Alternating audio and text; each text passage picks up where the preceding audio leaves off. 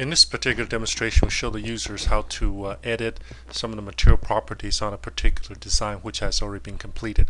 We open the part file, which is a ratchet that has been designed. We notice there's a lot of features that's already been built into this part. What we want to do is basically make it look somewhat realistic in the rendering environment. Now we go ahead and then turn on to a Shape Studio. We notice that some of the color display has changed, and even though with the edge emphasis turned on, we can still see some of these lines, font, weights, and all that kind of stuff. Then we want to drag the material and then just do a quick shade what this will look like in a real rendering environment. And we know that there's not much other than just a kind of a plain color. So from that we can tell that there's not much of an image that's been utilized. So we're going to go back into the visual effect. We're going to turn on the image. We want to specify image.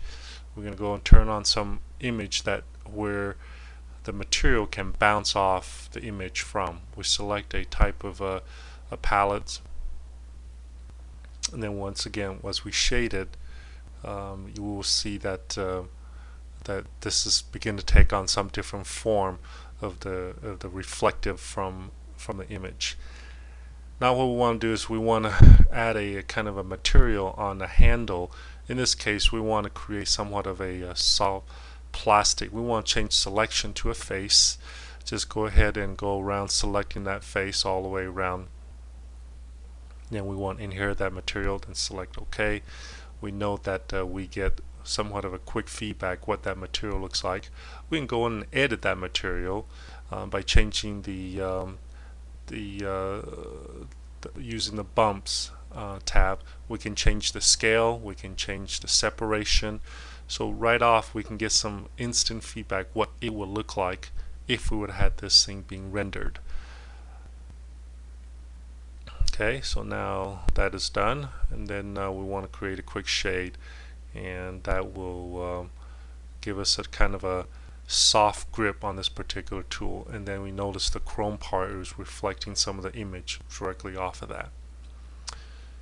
Also, we want to show the difference and turn off and on the perspective, which of itself can create somewhat realistic during the rendering.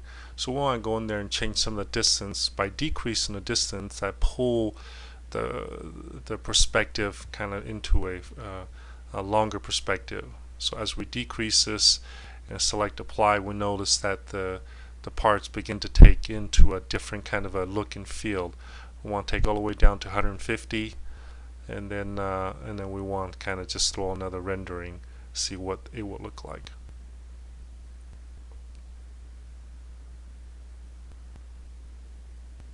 Okay, so let's start getting into somewhat of a realistic look and feel of the part, and we also want to turn off the width. You know, some people feel like the width add a little too much emphasis on the edge.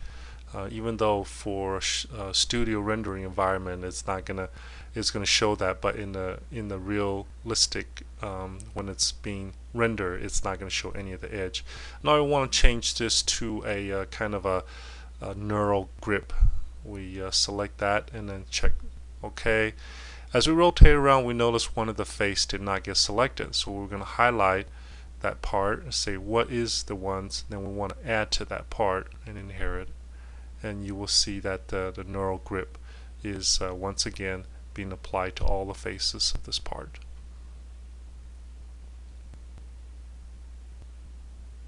Okay, now I want to turn on the edge or turn on a surface.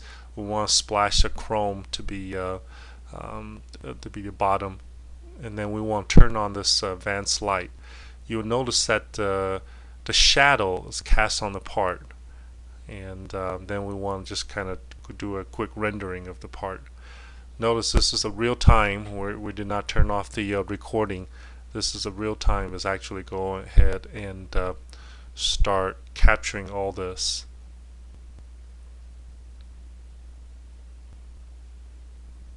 So we can see how this tool could be visualized being set on a kind of a reflective surface.